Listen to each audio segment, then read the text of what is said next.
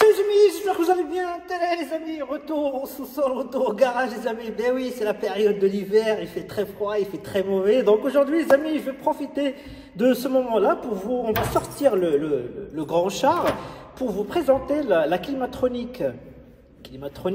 Donc la clim à partir de la phase 2. Donc on va parler de son menu caché, parce qu'elle aussi elle a un menu caché. Donc j'avais déjà fait une vidéo sur comment faire le diagnostic de la clim, mais vous m'avez toujours demandé la phase 3, comment, etc.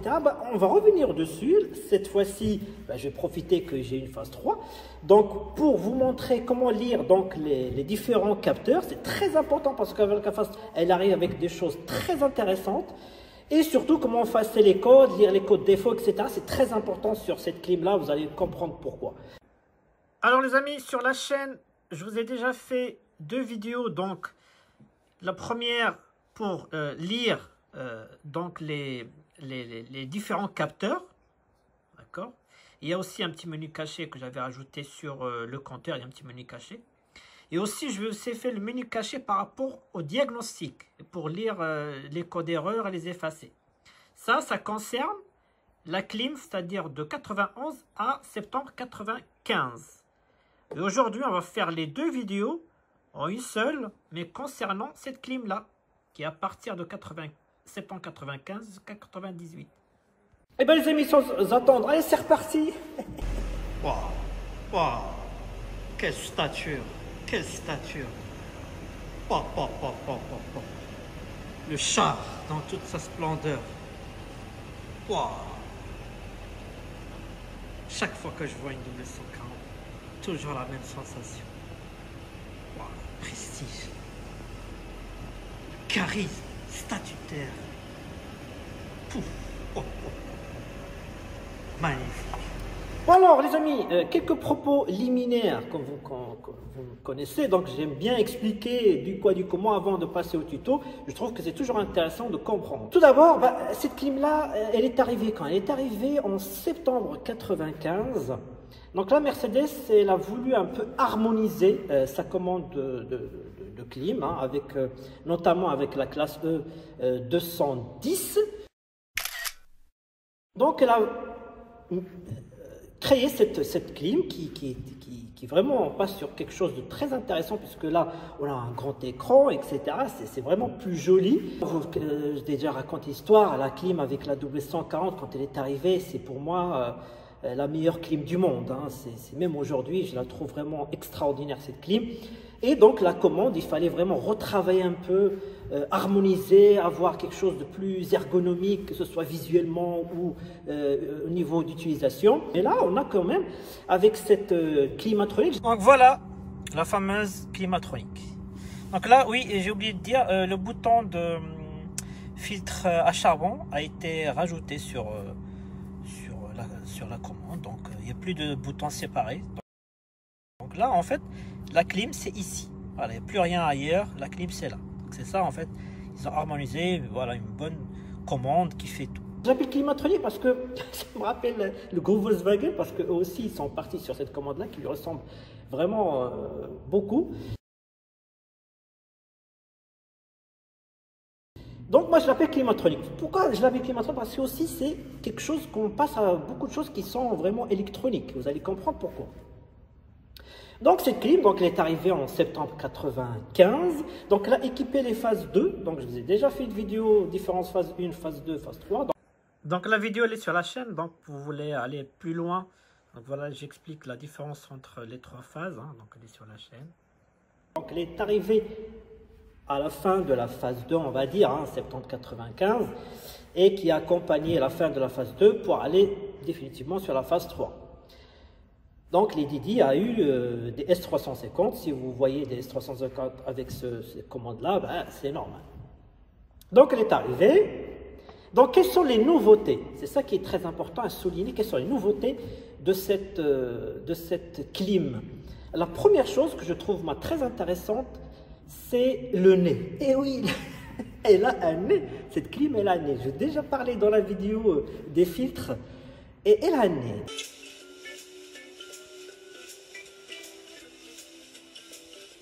J'ai découvert ça aussi parce qu'avec la W140, on découvre des choses tous les jours, eh ben, elle a un nez qui se trouve au niveau des filtres, du grand filtre du capot. Alors, le nez de la W140, il se trouve à ce niveau-là. Donc, le voilà. Donc, le capteur d'émission, il se trouve juste là. Voilà. Et ce nez, en fait, c'est par rapport au recyclage de l'air intérieur. En fait, c'est automatique. Quand elle détecte des odeurs désagréables ou de la fumée ou quelque chose, ben, elle coupe l'entrée d'air de l'extérieur. Et ça, je trouve ça intéressant. Et ça, je l'ai sur la BM. J'ai regardé avant de préparer les vidéos, qui c'est qui l'a eu en premier, etc. Ben, c'est un peu compliqué. Mais qui c'est qui l'a inventé, je ne sais pas. Est-ce que c'est BM, c'est Mercedes? Dites-moi en commentaire si vous savez. Ça, en fait, ça permet, il y a un petit nez là. En tout cas, elle a un nez. Ça, c'est une nouveauté, ce qui n'était pas le cas sur la première clim de la W140, parce que là, c'était totalement manuel. Hein. Soit on l'allume, soit on ne l'allume pas. Elle se coupe en fonction d'une tempo, etc. J'ai déjà expliqué la vidéo. J'ai déjà expliqué ça dans la vidéo des filtres. Donc la vidéo des filtres, donc c'est celle-là. Donc voilà, entretien, filtre, etc. Donc là, j'étais rentré dans les détails. Voilà, pareil sur la chaîne. Donc là, on est sur quelque chose d'automatique. Voilà, elle gère toute seule en fonction de l'air qui se trouve à l'extérieur. Ça, c'est très intéressant. Elle a ramené quelque chose d'inédit, c'est le capteur solaire. Et oui, elle a un capteur solaire au niveau du tableau de bord, juste au milieu du pare-brise. Le capteur solaire, donc il est là. Donc lui, il ressemble un peu à ça. Et là, en fonction de l'intensité du soleil, hein, de l'intensité solaire, donc elle va réguler donc, la vitesse de la ventilation et la vitesse du refroidissement qui va être ajustée. Donc c'est intéressant de le savoir. Qu'est-ce qu'elle apporte de plus? Et ça, je l'ai découvert très récemment quand j'ai répondu à une question à quelqu'un m'a dit je cherche la résistance des radiateurs, etc. Je dis attends, normalement elle devrait être là, mais en fait elle a été supprimée. Et oui, elle a été supprimée. Je rappelle l'historique.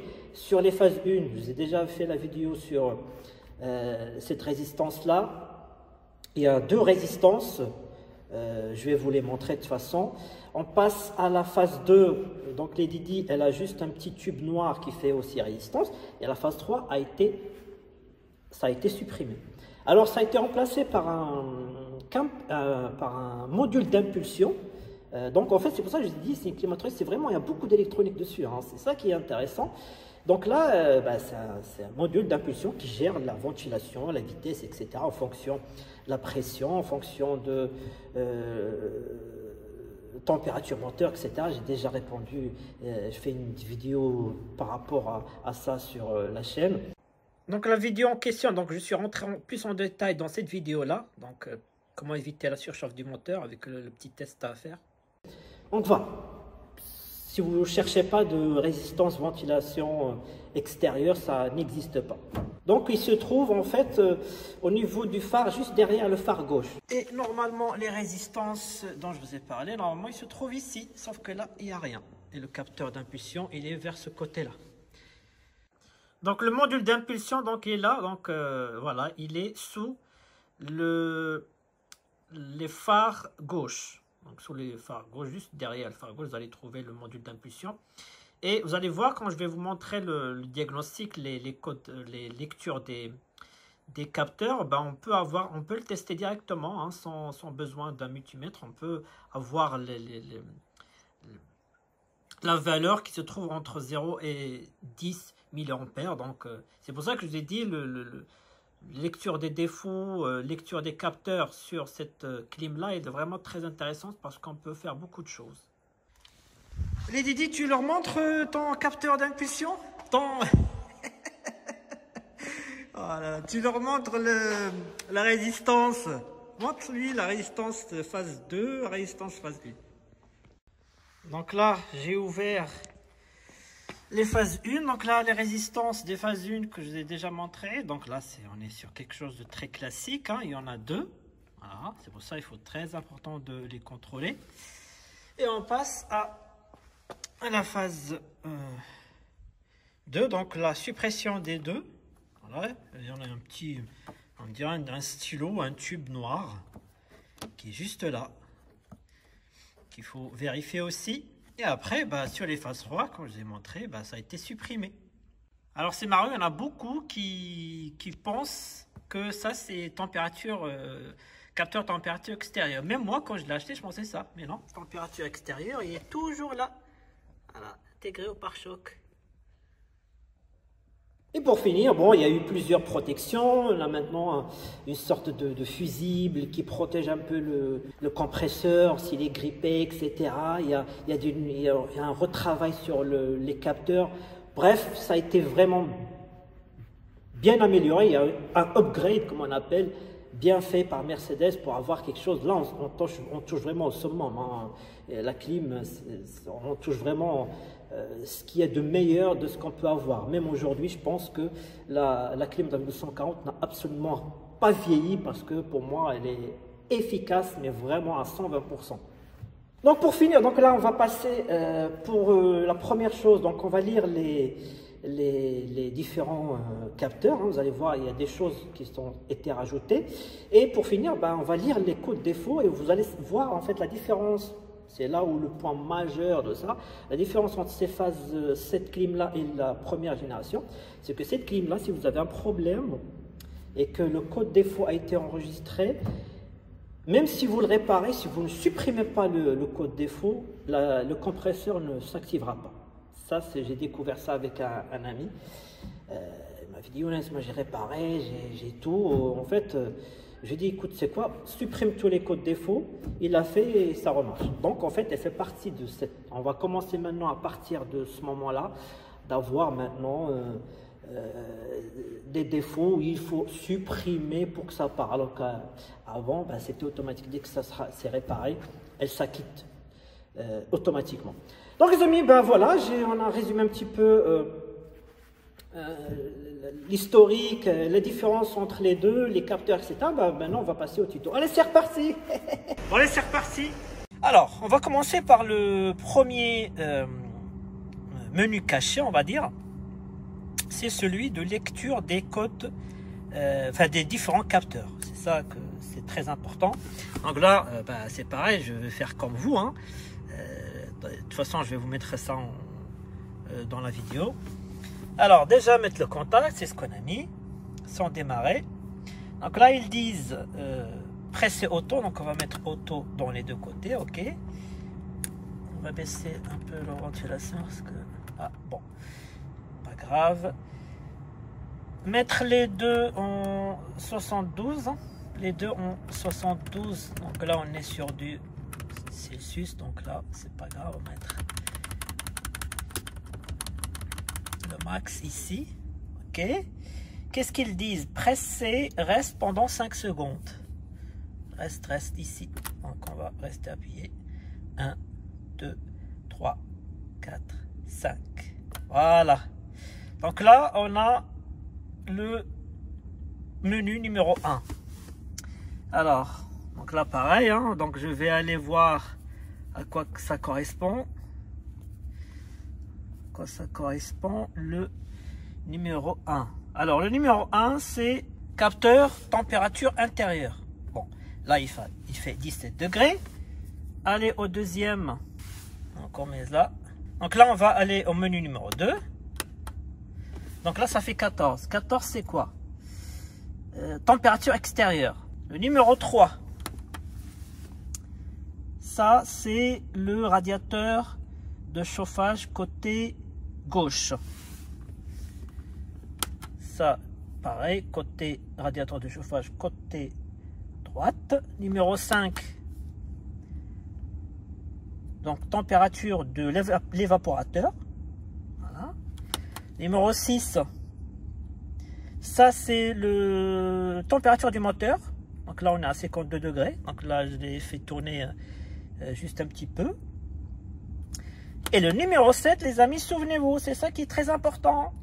Le numéro 7, c'est la pression. Donc là, il y a la clim est bien, il est rechargé, elle est à 4. Donc voilà, en dessous de 4, il faut faire gaffe, hein. Mais bon, il faut toujours que ce soit, quand il fait très froid, 4, c'est bien. 5, c'est bien. 6, c'est encore mieux. Mais bon, il ne faut pas descendre. Si s'il y a 3, vérifiez votre pression de gaz. Numéro 8. Donc là, on va rentrer sur des choses intéressantes. Donc ça, je crois que c'est nouveau. Donc la température du réfrigérant. Donc voilà, 21 degrés. Bon, je n'ai pas activé la clim, c'est normal. Numéro 9, normalement, c'est non utilisé. Numéro 10, 0,8. Donc ça, c'est la température de la ventilation, hein. Donc plus on augmente, plus on a de l'air. Voilà.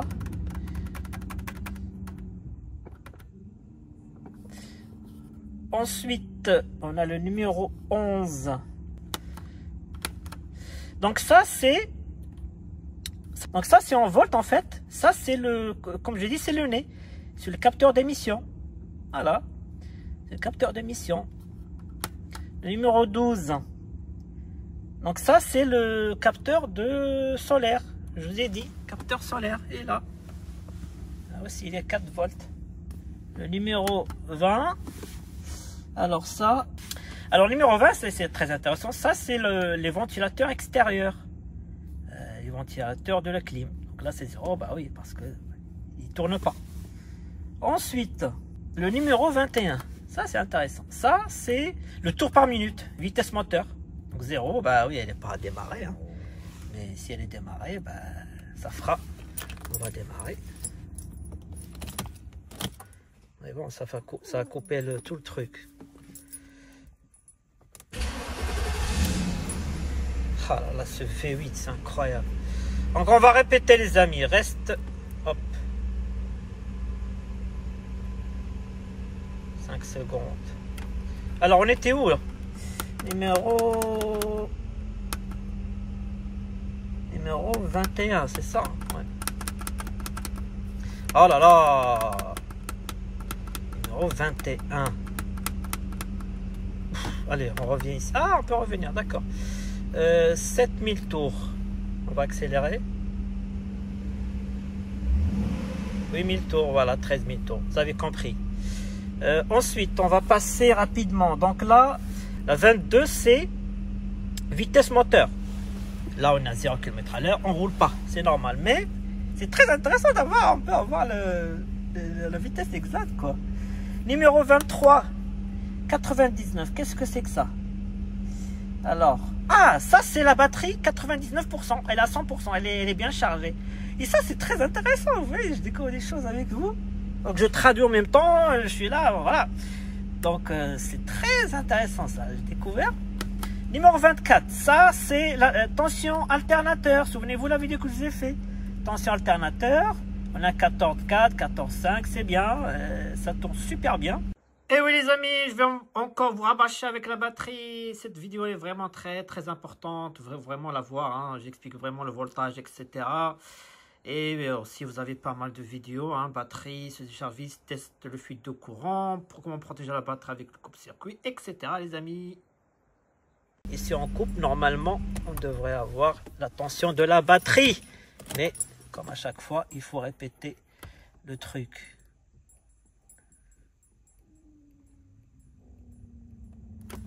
Alors, on était où là? On était numéro 24. Voilà, elle est à 12,4 la batterie. Ensuite, numéro 5. Ah, il n'y a plus de trucs. Alors, on passe directement à 40. Pourquoi? Parce que tout ça, ça concerne la clim à l'arrière. Et comme elle n'a malheureusement pas la clim à l'arrière, eh ben, tous ces menus sauteront. Donc là, on va partir au numéro 40. Bon, ça, c'est pas très intéressant. C'est la version du logiciel.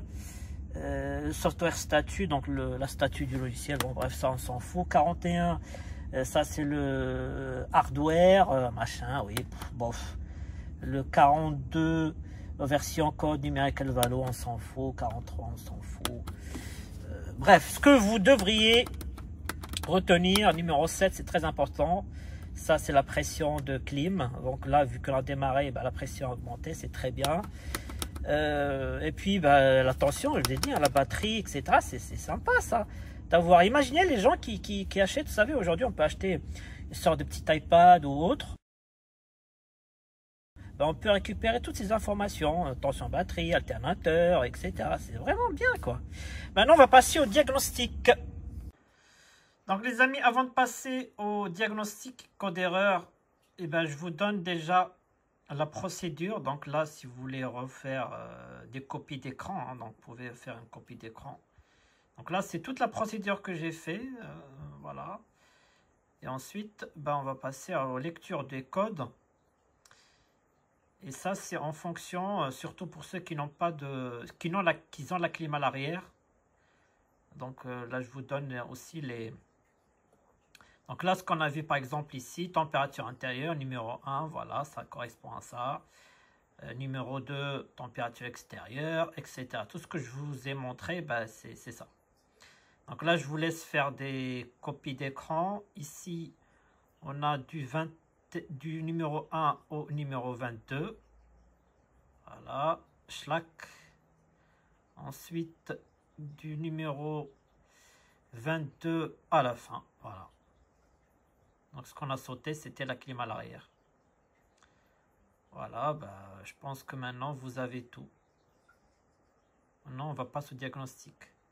Ah oui, je viens de découvrir quelque chose avant de passer au diagnostic, c'est que là, ils expliquent que si vous voyez la lettre E, ça veut dire qu'il y a un court-circuit ou il y a un circuit ouvert. Donc la valeur négative va s'afficher aussi. Voilà. Et ça, c'est intéressant. Donc il y aura moins quelque chose. Par exemple, si, bah, je ne sais pas, moi je prends le capteur de solaire, bah, s'il est mort, bah, ça va normalement s'afficher erreur et une valeur négative. Et ça, c'est très intéressant, vous voyez ça. Mais normalement, lorsqu'on va passer maintenant au diagnostic, on a aussi une deuxième lecture, c'est-à-dire on va voir le code erreur qui va nous dire, par exemple, que le capteur solaire est mort. C'est parti. Alors, le diagnostic. Pour lire les codes défauts et les effacer. Comme j'ai dit, c'est très important sur cette clim-là. Il faut effacer le code défaut, même si vous réparez. Il faut acquitter le défaut. C'est comme ça. Donc là, c'est très simple. Donc, vous mettez le contact. Donc là, vous allumez. Voilà. Il ne faut pas que ce soit en auto. Vous mettez ici high. Vous mettez ici low. D'accord. Après, il faut appuyer 2 fois simultanément sur ces 2 boutons. Donc là, je vais poser 10 secondes. En fait, il faut que l'écran s'éteint. Voilà, c'est très important qu'elle s'éteint. Donc 1, 2, 3, hop. Donc là, vous allez entendre quelques petits bruits. Donc voilà, elle s'est éteinte. Et là, vous appuyez juste sur auto ici, là. Voilà. Donc là, il va lire les codes erreurs. Tac, tac, tac, tac. Là, il m'a affiché FF. Qu'est-ce que c'est que FF? Ben, ça veut dire que j'ai pas de code défaut. C'est un peu dommage parce que je voulais juste avoir un petit code défaut pour faire l'exercice bien comme il faut. Donc là, il n'y a pas de code défaut. Donc là, ce que je peux vous proposer, c'est vous lire la procédure à la suite. Hein. Donc là, normalement, vous devriez avoir le code erreur ici. Et là, normalement, vous devriez commencer à lire code erreur 1, 2, etc. Et pour effacer, c'est très simple. Normalement, il fallait, comme ils disent, pour effacer tous les codes défauts, il faut appuyer 2 fois. Il faut appuyer simultanément sur auto, là, les deux là, en même temps. Pendant 2 secondes, c'est ce qu'ils ont dit. Voilà. Et normalement, vous devriez avoir FF delays. Donc, il va afficher delays. Mais sauf que j'ai pas de code défaut. Donc, normalement, ici, delays FF. Donc, j'ai plus rien. Donc, voilà. Voilà un peu le diagnostic. C'est très simple. Ça prend 2 secondes. Regardez toujours les codes erreurs. Et puis, réparer. Ça sert à rien d'effacer si vous ne réparez pas. Il faut réparer et après effacer. Voilà, en gros, le diagnostic. Bon les amis, comme tout à l'heure, donc je vous donne la procédure pour lire les codes défauts. Donc là, on sait nous arrêter ici. Voilà. Parce que, voilà, j'ai pas de code erreur, FF. Mais si vous avez un code erreur, il y aura normalement un truc qui s'appelle EBL. Et à côté, vous aurez le code. Et vous allez ici, et le code, vous allez voir à quoi ça correspond. Voilà, comme ils disent ici, donc chaque malfonction, donc circuit ouvert ou circuit ou court-circuit, etc., a un spécifique DTC. Voilà, Diagnostic Trouble Code. Où est-ce que les missiles sont localisés? De près. Où ça? Dans ton cul. Ça m'a fait marrer cette vidéo. DTC les amis. Chaque erreur elle a un DTC. Donc voilà, donc pour lire, donc ben, voilà, il faut presser pour auto pour lire tous les codes, hein, DTC Y, DTC machin, etc. Voilà, pour supprimer, comme je vais montrer, donc on appuie 2 secondes sur auto simultanément. Voilà, ça va supprimer. Donc pour annuler la suppression, ben, on represse sur auto droit et voilà, ils vont réapparaître. Donc ici, supprimer tant que nécessaire jusqu'à voir le FF. Voilà, après, pour terminer, revenir en normal, sélection normale de la clim et puis couper le test. Voilà, en gros, la procédure, c'est assez simple. Donc ici, bah, comme tout à l'heure, je vous laisse faire un copie d'écran pour les codes. Donc ici, FF. Pas d'erreur jusqu'à la 418. Voilà. Donc là, schlack, on passe de 418 à la fin. Voilà, de 418 à la fin. Et normalement, maintenant, bah, vous avez tout les amis. Voilà, voilà. Bon, bah, les amis, la vidéo diagnostic est terminée. N'hésitez pas si vous avez des questions en commentaire. Et je vous dis à très bientôt pour de nouvelles vidéos, de nouvelles aventures. Allez, salut. Salut le chat. Hey.